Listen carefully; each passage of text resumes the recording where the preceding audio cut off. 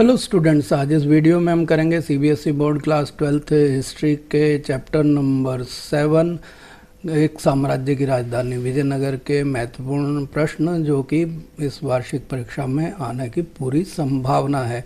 तो अगर आप गारंटेड 100% अंक पाना चाहते हैं तो मेरे इस वीडियो को जरूर देखें। इससे पहले वाले चैप्टर्स के वीडियो अगर आपको देखने हैं तो डिस्क्रिप्शन में जाके लिंक पर क्लिक करके आप देख सकते हैं। तो शुरू करते हैं वीडियो को। पहला प्रश्न है, कृष्णदेवराय के शासन की विशेषता विस्तार और सुदृढ़ीकरण थी, कथन का औचित्य निर्धारित कीजिए। तो इस प्रश्न में हमें ये बताना है कि कृष्णदेवराय का जो शासनकाल था उसमें उन्होंने अपने शासन का विस्तार किया और उसका सुदृढ़ीकरण किया, यानी कि उसे मजबूती प्रदान की। तो इसको बताने के लिए हमें क्या इसके बारे में बताना है।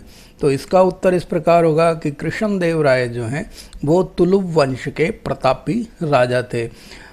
तो कृष्णदेवराय तुलुव वंश के से संबंध रखते थे। ये प्रश्न भी एक अंक वाले प्रश्नों में आ जाता है। तो उन्होंने अपने शासनकाल में 1512 सन में उन्होंने तुंगभद्रा और कृष्णा नदियों के बीच का जो क्षेत्र है उसे रायचूर दोआब कहते हैं। दोआब का मतलब दो नदियों के बीच का क्षेत्र। तो ये रायचूर दोआब पर उन्होंने 1512 में अधिकार कर लिया था। इस तरह से उन्होंने अपने राज्य का विस्तार किया और 1514 में उड़ीसा के गजपति शासकों का दमन किया। उड़ीसा के शासक जो हैं वो गजपति कहलाते थे, यानी कि हाथियों के स्वामी। तो उनको 1514 में उन्होंने परास्त किया और 1520 में बीजापुर के सुल्तान को भी उन्होंने परास्त किया था। तो इस तरह से अपने पड़ोसी शासकों को उन्होंने परास्त किया। तो उससे जो है उनके राज्य का सुदृढ़ीकरण हुआ। तो उनका शासनकाल जो है खाली उन्होंने अपने पड़ोसियों को ही पराजित नहीं किया, तो उनके शासनकाल में विजयनगर में अतुलनीय शांति और समृद्धि थी। खाली उन्होंने विस्तार ही नहीं किया बल्कि उसका शासनकाल के अंदर प्रजा जो है बहुत संपन्न थी, सुखी थी और शांति के साथ रहती थी, क्योंकि विजयनगर जो है बहुत ही शक्तिशाली साम्राज्य था। तो उन्होंने अपनी माँ के नाम पर विजयनगर के समीप ही नंगलपुरम नाम का एक उपनगर भी बनाया था। ये प्रश्न भी कई बार एक अंक वाले प्रश्न में आ जाता है कि उन्होंने किस नए नगर की स्थापना की थी या अपनी माँ के नाम पर किस नगर की स्थापना की थी। तो इसका उत्तर होगा नंगलपुरम।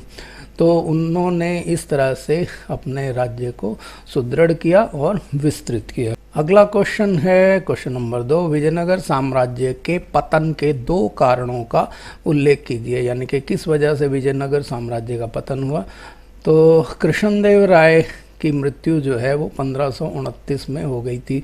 तो उसके पश्चात विजयनगर के राजकीय ढांचे में काफ़ी तनाव आ गया था, यानी कि खींचतान बढ़ गई थी और प्रजा और सेना जो थी राज्य के साथ वो सहयोग नहीं कर रही थी जो कृष्णदेव राय के समय में था। तो विद्रोही नायकों और सेनापतियों द्वारा उनके उत्तराधिकारियों को, यानी कि कृष्णदेव राय के उत्तराधिकारी थे, यानी कि उनके बाद जो शासक हुए थे उनको उन्होंने चुनौती देना शुरू कर दिया था। तो विजयनगर के प्रधानमंत्री रामराय जो थे उनकी नीतियों से क्षुब्ध होकर, यानी कि नाराज होकर, दक्खन के सुल्तान जो थे, जो इसके विजयनगर के पड़ोसी राज्य भी थे, और कृष्णदेव राय के समय में उनके संबंध इनके साथ बहुत अच्छे थे। बल्कि कृष्णदेव राय के समय में बीजापुर जो है, अहमदनगर और गोलकुंडा जो पड़ोसी शासक थे उनके ऊपर विजयनगर जो है पूरा अधिकार रखता था, रोबदाब रखता था। तो इन सुल्तानों ने, तीनों सुल्तानों ने, विजयनगर, अहमदनगर और गोलकुंडा के शासकों ने आपस में मैत्री समझौता कर लिया और उनकी संयुक्त सेनाओं ने 1565 में तालीकोटा के युद्ध में राम राय को बुरी तरह से परास्त कर दिया। तो ये प्रश्न भी कई बार एक नंबर के प्रश्न में आता है कि जो विजयनगर की सेना को तीनों पड़ोसी राज्यों ने, बीजापुर, अहमदनगर, गोलकुंडा की संयुक्त सेनाओं ने किस युद्ध में परास्त किया था, या विजयनगर का जो पतन है वो किस युद्ध के बाद हुआ, तो 1565 में तालीकोटा के युद्ध में हुआ था। ये इसका उत्तर होगा। प्रश्न नंबर 3 है, नायक और अमर नायक कौन थे? विजयनगर साम्राज्य के प्रशासन में उनकी भूमिका का वर्णन कीजिए। ये काफ़ी महत्वपूर्ण प्रश्न है जो अक्सर एग्जाम में आता रहता है। तो नायक जो हैं उनकी बात करते हैं पहले हम।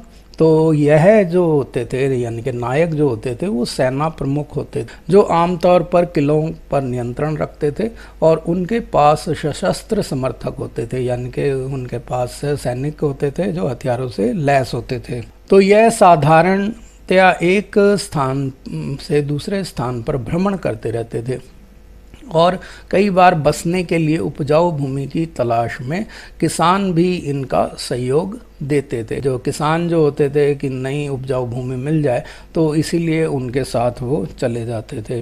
तो नायक जो होते थे वो साधारणतः तेलुगु और कन्नड़ भाषा बोलते थे। इस प्रकार नायक जो हैं वो विजयनगर प्रशासन में अपनी सैनिक शक्ति के कारण महत्वपूर्ण भूमिका अदा करते थे, परंतु कभी कभी इनके विद्रोह करने पर सैनिक कार्रवाई करके इनको नियंत्रण में रखना पड़ता था। अब अमर नायकों की बात करते हैं।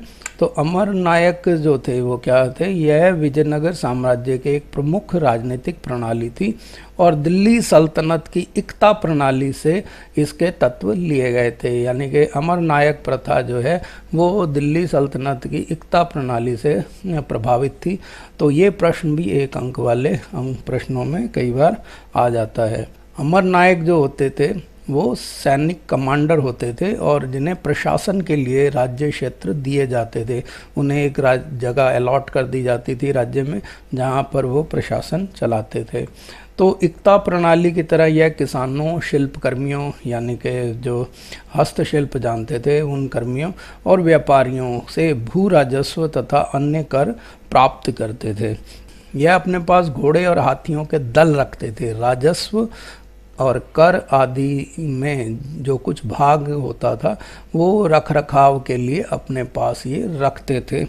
यह समय समय पर विजयनगर के शासकों को अपने सैनिक प्रदान करते थे और जब भी राजा को ज़रूरत होती थी, विजयनगर के राय को सेना की ज़रूरत होती थी, सैनिकों की, तो ये सेना नगर के सम्राट की मदद के लिए अपने सैनिक भेजते थे। तो इन अमर नायकों को सैनिक सहायता के परिणाम स्वरूप शासक पूरे दक्षिण प्रायद्वीप पर नियंत्रण करने में सफल हुआ।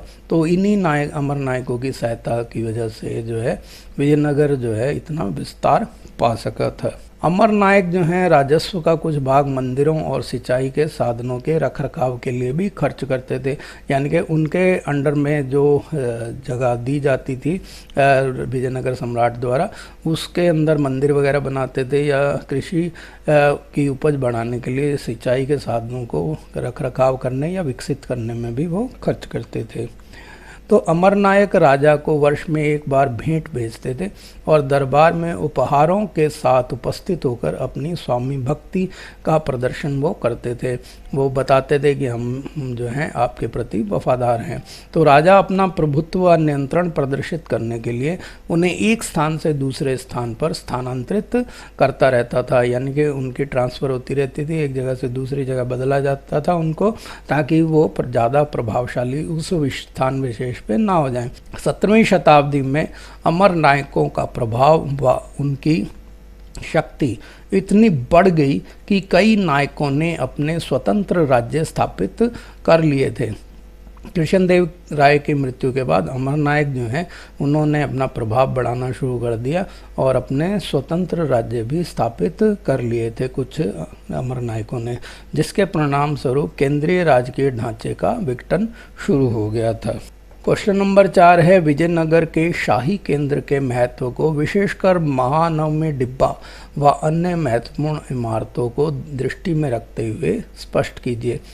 तो ये प्रश्न भी काफ़ी इम्पोर्टेंट है। कई बार ये सिर्फ महानवमी डिब्बे के बारे में आ जाता है और कई बार शाही केंद्र के नाम से आ जाता है और उसमें स्थित अन्य इमारतों के बारे में भी हमारे को बताना पड़ता है। अगर महानवमी डिब्बा के बारे में ही प्रश्न आए तो सिर्फ उतना ही भाग इसके उत्तर में से लिखना है जो महानवमी डिब्बे के बारे में इसके उत्तर में दिया गया है।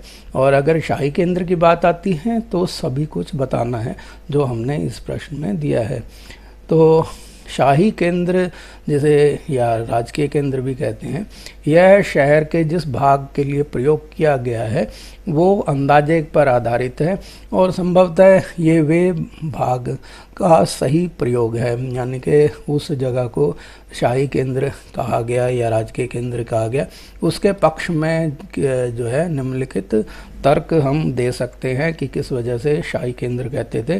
तो इस राजकीय केंद्र या शाही केंद्र में 60 से अधिक मंदिर थे, यानी कि मंदिरों की संख्या 60 से भी अधिक थी। तो इस हिसाब से तो इन्हें धार्मिक केंद्र कहना चाहिए था, लेकिन यहाँ पर लगभग 30 के करीब ऐसी इमारतों की पहचान हुई है जिन्हें महलों के रूप में पहचाना गया है।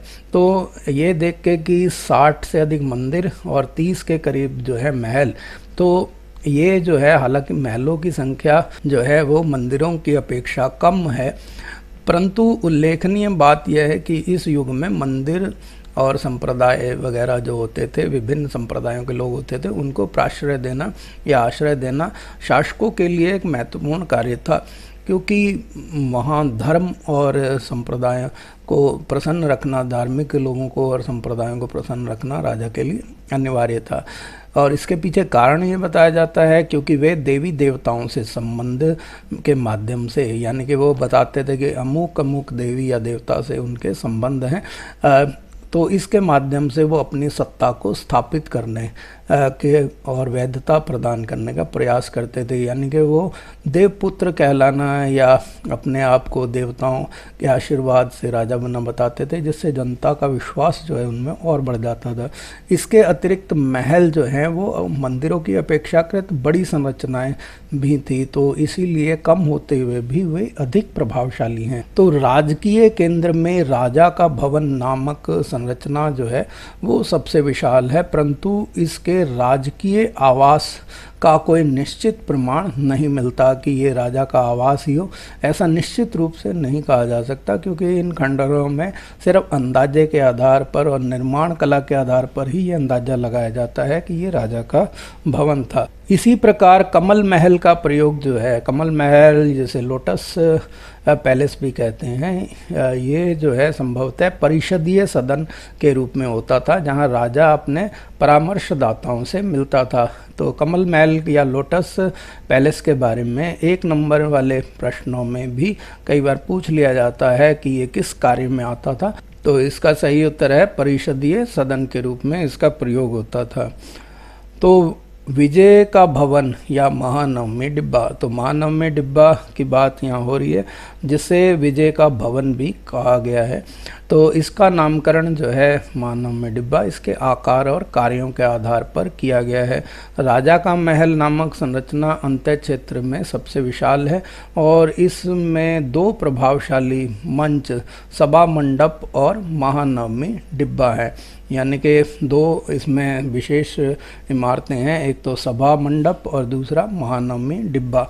तो महानवमी डिब्बा जो है एक विशाल का मंच है, यानी कि एक स्टेज है, जो लगभग 11,000 वर्ग फीट के आधार से 40 फीट की ऊंचाई तक जाता है, यानी कि इसकी ऊंचाई 40 फीट है और इसका बेस यानी कि आधार जो है वो 11,000 स्क्वायर फीट या वर्ग फीट है। तो इसमें जुड़े हुए अनुष्ठानों का महत्व निम्नलिखित है, यानी कि यहाँ पे कौन कौन से अनुष्ठान होते थे, कौन कौन से धार्मिक कार्य होते थे या अन्य कार्य होते थे, वो निम्नलिखित हैं। पहला है कि इस संरचना से जुड़े अनुष्ठान संभवतः सितंबर और अक्टूबर के शरद मासों में मनाए जाने वाले 10 दिन के हिंदू त्यौहार, जिसे दशहरा उत्तर भारत में कहते हैं, दुर्गा पूजा बंगाल में और नवरात्रि या महानवमी प्रायद्वीपीय भारत में, प्रायद्वीपीय का मतलब दक्षिण भारत का जो भाग है उसको कहते हैं, तो इन नामों से इनको जाना जाता है, यानी कि उत्तर भारत में दशहरे के रूप में, बंगाल में दुर्गा पूजा के रूप में और दक्षिण भारत में नवरात्रि या महानवमी के रूप में इसको मनाया जाता है। तो ये महानवमी के अवसर पर यहाँ पर ये धार्मिक कार्य जो है निष्पादित होते हैं, यानी कि पूरे किए जाते हैं। तो इस अवसर पर विजयनगर शासक अपने रुतबे, ताकत और अधिराज्य का प्रदर्शन करते हैं, यानी कि वो दिखाते हैं कि उनके पास कितनी सैनिक ताकत है, कितने लोग जो हैं उनके राजा, महाराजा और नायक उनके अंडर में हैं, और उनका कितना ताकत है, उनके पास सैनिक ताकत है, इसको वो प्रदर्शित करते हैं। जैसे 26 जनवरी को भारत सरकार अपने परेड के माध्यम से प्रदर्शित करती है। तो इस अवसर के धर्मानुष्ठानों में मूर्ति की पूजा, राज्य के अश्व यानी कि घोड़े की पूजा, और भैंसों या अन्य जानवरों में से किसी एक की बलि से इसकी शुरुआत होती है, वो ये किया जाता है। तो ये सभी कार्य यहाँ पर होते हैं, धार्मिक अनुष्ठान। नृत्य और कुश्ती प्रतिस्पर्धा यानी कि प्रतियोगिताओं में लोगों को अपनी प्रतिभा दिखाने का अवसर प्राप्त होता है, यानी कि कलाकार जो होते हैं वो नृत्य, गायन आदि करते हैं, और खिलाड़ी जो होते हैं खेल प्रतियोगिताओं में, कुश्ती आदि प्रतियोगिताओं में भाग लेकर अपने प्रतिभा का और बल का प्रयोग करते हैं। तो सैनिकों की शोभा यात्रा, जैसे 26 जनवरी पर परेड निकाली जाती है, ऐसी सैनिकों की जो है वहाँ पे परेड होती थी, और प्रमुख नायकों के और अधीनस्थ राजाओं के द्वारा और अन्य आए हुए अतिथियों को द्वारा राजा को जो भेंट दी जाती थी, वो राजा की शक्ति और उनके वैभव को संकेत देती थी कि राजा जो है कितना शक्तिशाली है, कि इसके अंडर में इतने सारे अधीनस्थ राजा जिन अधीनता स्वीकार रखी है वो आते हैं, और इतने बड़े बड़े अतिथि उनको भेंट देते हैं। तो ये उन ताकत और वैभव को बताते थे। तो नायकों की सेना का खुले मैदान में आयोजित समारोह में राजा द्वारा निरीक्षण उनके नियंत्रण का सूचक होता था, कि वो सेना तो नायकों की होती थी, लेकिन राजा जब उस सेना का निरीक्षण करता था, परेड का निरीक्षण करता था, तो ये इस बात का सबूत होता था कि ये नायकों की इन सेना का जो सर्वोच्च कमान जो है वो राजा के पास में है, यानी कि राजा के नियंत्रण में वो रहती हैं। तो धार्मिक अनुष्ठानों से राजा व प्रजा की धार्मिक प्रवृत्ति की भी जानकारी मिलती है, कि राजा और प्रजा इतने धार्मिक प्रवृत्ति के थे, इसलिए इतने सारे धार्मिक अनुष्ठान जो है यहाँ पर होते थे। तो इस अवसर पर नायक राजा के लिए जो है बड़ी मात्रा में भेंट और साथ ही नियत कर भी लेकर आते थे, क्योंकि साल में एक बार उनको टैक्स जमा कराना होता था, वो साथ लेकर वो अपने आते थे। क्वेश्चन नंबर 5 है, विजयनगर साम्राज्य के जल संसाधन क्यों विकसित किए गए थे, कारण लिखिए।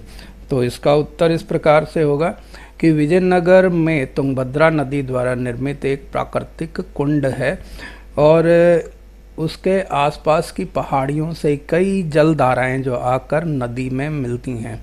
तुंगभद्रा नदी के अंदर आसपास, क्योंकि आपको पता है कि विजयनगर चारों तरफ पहाड़ियों से घिरा हुआ है, तो वहाँ से जो जलधाराएं बह के आती हैं वो तुंगभद्रा नदी में जाती हैं, और तुंगभद्रा नदी ने ही एक प्राकृतिक कुंड बना रखा है जहाँ पानी एकत्रित होता है। तो लगभग सभी धाराओं के साथ साथ बांध बनाकर, यानी कि जो पहाड़ों से धाराएं आती हैं उनके साथ बांध बनाकर अलग अलग आकारों के हौज यानी कि छोटे तालाब बनाए गए हैं। तो इन हौजों में से एक 15वीं शताब्दी के प्रारंभिक वर्षों में निर्मित कमलपुरम जलाशय है। तो ये कमलपुरम जलाशय काफ़ी फेमस जलाशय है।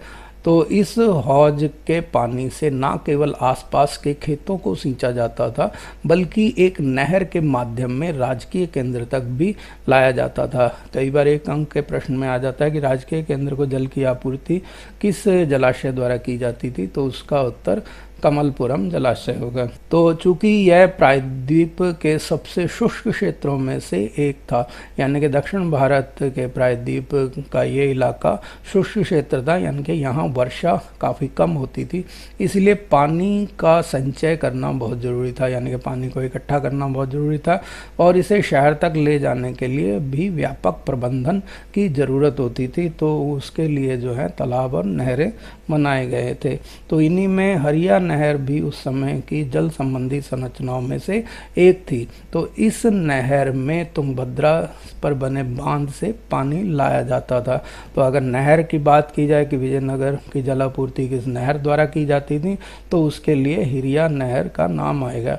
तो इसे जो है धार्मिक केंद्र से शहरी केंद्र को अलग करने वाली घाटी को सिंचित करने के लिए प्रयोग में लाया जाता था। यानी कि जो पानी हरियानगर द्वारा लाया जाता था, उससे धार्मिक केंद्र से शहरी केंद्र को अलग करने वाली जो घाटी थी उसको सिंचित किया जाता था। तो पेस जो हैं, उन्होंने, जो विदेशी यात्री थे, उन्होंने ये वर्णन करते हुए लिखा है कि उस समय जलाशयों का निर्माण किया जाता था। इन जलाशयों का प्रयोग बगीचों और धान के खेतों की सिंचाई के लिए भी किया जाता था। क्वेश्चन नंबर 6 है, 15वीं शताब्दी के दौरान एक फारसी राजदूत अब्दुल रज्जाक विजयनगर की किलेबंदी से क्यों अत्यधिक प्रभावित था, स्पष्ट कीजिए। ये जो है सबसे महत्वपूर्ण प्रश्न है विजयनगर की किलेबंदी के बारे में। तो इसका उत्तर इस प्रकार होगा कि 15वीं शताब्दी में फारस के शासक द्वारा कालीकट, जिसे कोझिकोड भी कहा जाता है, वहाँ भेजा गया था। तो फारस के शासक ने एक अपना राजदूत भेजा था जिसका नाम जो है अब्दुल रज्जाक था। तो वो यहाँ की किलेबंदी से बहुत प्रभावित हुआ, और उसके प्रभावित किस प्रकार से हुआ वो इस प्रकार से हम बता रहे हैं कि दुर्गों की 7 पंक्तियाँ थी। उसने देखा कि उस समय जितने भी दुर्ग होते थे उनमें एक पंक्ति बनाई जाती थी, लेकिन विजयनगर के दुर्ग की में जो है दीवारों की 7 पंक्तियाँ थी। तो फारस के राजा के दूत अब्दुल रज्जाक के अनुसार दुर्गों की 7 पंक्तियों के द्वारा शहर के साथ साथ कृषि में प्रयोग आने वाली भूमि और जंगलों को भी इसमें घेरा गया था। तो सबसे बाहरी दीवार जो है वो शहर के चारों ओर बनी पहाड़ियों को आपस में जोड़ती थी। यानी कि जो सबसे बाहर वाली दीवार थी पहाड़ियों को, क्योंकि आपको पता है कि विजयनगर जो है पहाड़ियों से चारों तरफ से घिरा हुआ था, लेकिन पहाड़ों के बीच में जहाँ कुछ जगह खाली रह जाती थी उसे बाहरी द्वार द्वारा जोड़ दिया गया था। तो यह विशाल राजगिरी संरचना थोड़ी सी शुंडाकार थी, और गारे या जोड़ने के लिए जो है किसी वस्तु का निर्माण में कहीं भी प्रयोग में नहीं किया गया। यानी कि गारे का या जोड़ने वाले किसी पदार्थ का इसमें कहीं भी उपयोग नहीं किया गया, बल्कि पत्थरों को खांचों में फंसाकर आपस में जोड़ा जाता था। तो पत्थर के टुकड़े जो होते थे वो फनाकार होते थे, इसके कारण वे आपस में अपने स्थान पर टिके रहते थे, एक दूसरे में खांचे की तरफ फंस जाते थे, लॉक हो जाते थे, और इस तरह से वो लॉक्ड पत्थर होते थे। तो उनमें गारे या जोड़ने वाले किसी पदार्थ का उपयोग करने की ज़रूरत नहीं पड़ती थी। तो दीवारों के अंदर का भाग मिट्टी या मलबे के मिश्रण से भरा जाता था। तो दीवारों के अंदर जो पत्थरों के बीच में जो खाली जगह हो जाती थी उसमें मिट्टी या मलबा भर दिया जाता था, और बाहरी और भीतरी दीवार की जो चिनाई होती थी या जो जोड़ होते थे वो पत्थरों के द्वारा बनाए जाते थे। तो वर्गाकार और आयताकार बुर्ज जो है वो बाहर की ओर निकले हुए थे। तो इनमें बुर्ज बनाए जाते थे, जो याद बुर्ज का मतलब कुछ छतरी टाइप के बनाए जाते थे। आप इसे समझे कि दीवार के ऊपर कुछ ऐसी आकृतियां बनाई जाती हैं, छत डाल के कुछ पिलर लगा के, जिन्हें बुर्ज कहते हैं। तो ये वर्गाकार होते थे या आयताकार होते थे। तो खेतों का घेराव क्यों किया गया, ये अलग से एक प्रश्न के रूप में भी आ जाता है। यहाँ ये बड़े प्रश्न के रूप में है, कई बार ये 3 अंक के प्रश्न में छोटे रूप में भी आ जाता है कि दुर्ग के अंदर खेतों का घेराव किस वजह से किया गया था। तो किलेबंदी के अंतर्गत खेतों को भी घेरा गया था। तो अब्दुल रज्जाक के अनुसार पहली, दूसरी और तीसरी दीवारों के बीच में जुते हुए खेत, बगीचे और आवास यानी कि घर होते थे लोगों के। तो इसी प्रकार के विचार पेस ने भी व्यक्त किए हैं। वह लिखता है कि इस पहली परिधि से शहर में, यानी कि खाली अब्दुल रज्जाक ही नहीं दिख रहा, पेस भी इस बारे में लिखता है कि पहली परिधि से शहर में प्रवेश करने तक की दूरी बहुत है। इसमें खेत हैं, जहाँ मतलब पहली पंक्ति और दूसरी पंक्ति के बीच में काफ़ी डिस्टेंस है, क्योंकि उसमें खेत आते हैं जहाँ वे धान उगाते हैं, और कई उद्यान यानी कि बगीचे हैं, और बहुत जल यानी कि बहुत सारा पानी है जो 2 झीलों से लाया जाता है। इन कथनों की पुष्टि पुरातत्वविदों द्वारा भी की गई है, जिन्होंने धार्मिक केंद्र और नगरीय केंद्र के बीच एक कृषि क्षेत्र के साक्ष्य खोज निकाले हैं कि उन्हें लग रहा है धार्मिक केंद्र और नगरीय केंद्र के बीच में खेती होती थी। तो यह क्षेत्र एक व्यापक नहर प्रणाली के माध्यम से सींचा जाता था, जिसमें तुंगभद्रा से जल लाया जाता था। तुंगभद्रा नदी से नहर के द्वारा इस क्षेत्र में सिंचाई के लिए पानी लाया जाता था। अन्य घेराबंदियां जो थी, क्योंकि अभी हमने खेतों और बगीचों आवासों के घेराव वाली पहली 3 पंक्तियों की बात की है, अन्य घेराबंदियां इस प्रकार थी। तो दूसरे किलेबंदी नगरीय केंद्र के आंतरिक भाग के चारों ओर बनी हुई थी, और तीसरी से शासकीय केंद्र को घेरा गया था, जिसमें महत्वपूर्ण इमारतों के प्रत्येक समूह को अपनी ऊंची दीवारों से घेरा गया था। प्रवेश द्वार किस प्रकार के थे? तो दुर्ग में प्रवेश के लिए अच्छी तरह सुरक्षित प्रवेश द्वार थे, यानी कि दरवाजे थे, गेट थे, जो शहर को मुख्य सड़कों से जोड़ते थे। तो प्रवेश जो है विशिष्ट स्थापत्य के नमूने थे, जो अक्सर उन संरचनाओं को परिभाषित करते थे जिनमें प्रवेश को वे नियंत्रित करते थे। यानी कि आने जाने वालों को नियंत्रित करने के लिए जो गेट बनाए गए थे, जो द्वार बनाए गए थे, उन पे बड़ी ही सुंदर स्थापत्य की सजावट की गई थी। किलेबंद बस्ती में जाने के लिए बने प्रवेश द्वार पर बनी मेहराब और साथ ही द्वार के ऊपर बनी गुंबद तुर्की सुल्तानों द्वारा परिवर्तित स्थापत्य के चरित्र के तत्व माने जाते हैं। जैसा कि हमने पहले भी चर्चा की है कि विजयनगर चारों तरफ जो है मुस्लिम शासकों द्वारा घिरा हुआ था, तो उनकी वजह से, और दिल्ली और भारत के शेष भागों में भी मुस्लिम शासक था, तो इसीलिए तुर्की सुल्तानों के जो स्थापत्य कला थी उसका असर जो है यहाँ इन गुंबदों के ऊपर दिखाई देता है। तो कला विशेषज्ञ और इतिहासकार इस शैली को इंडो इस्लामिक शैली कहते हैं, क्योंकि इनका विकास जो है विभिन्न क्षेत्रों की स्थानीय स्थापत्य की परंपराओं के साथ संपर्क से हुआ था। तो हिंदू मुस्लिम संस्कृति का मिला जुला रूप जो है यहाँ के स्थापत्य में दिखाई देता है। आपको ये वीडियो कैसा लगा आप मुझे बताइएगा कमेंट करके, और अगर वीडियो पसंद आए तो लाइक का बटन दबाइए। अगर आप मेरे चैनल पर नए हैं और अभी तक आपने सब्सक्राइब नहीं किया है तो सब्सक्राइब का बटन दबाएं और साथ ही बेल आइकन जरूर दबा दें, ताकि आने वाले सभी वीडियोस के नोटिफिकेशन आपको मिलते रहें। धन्यवाद।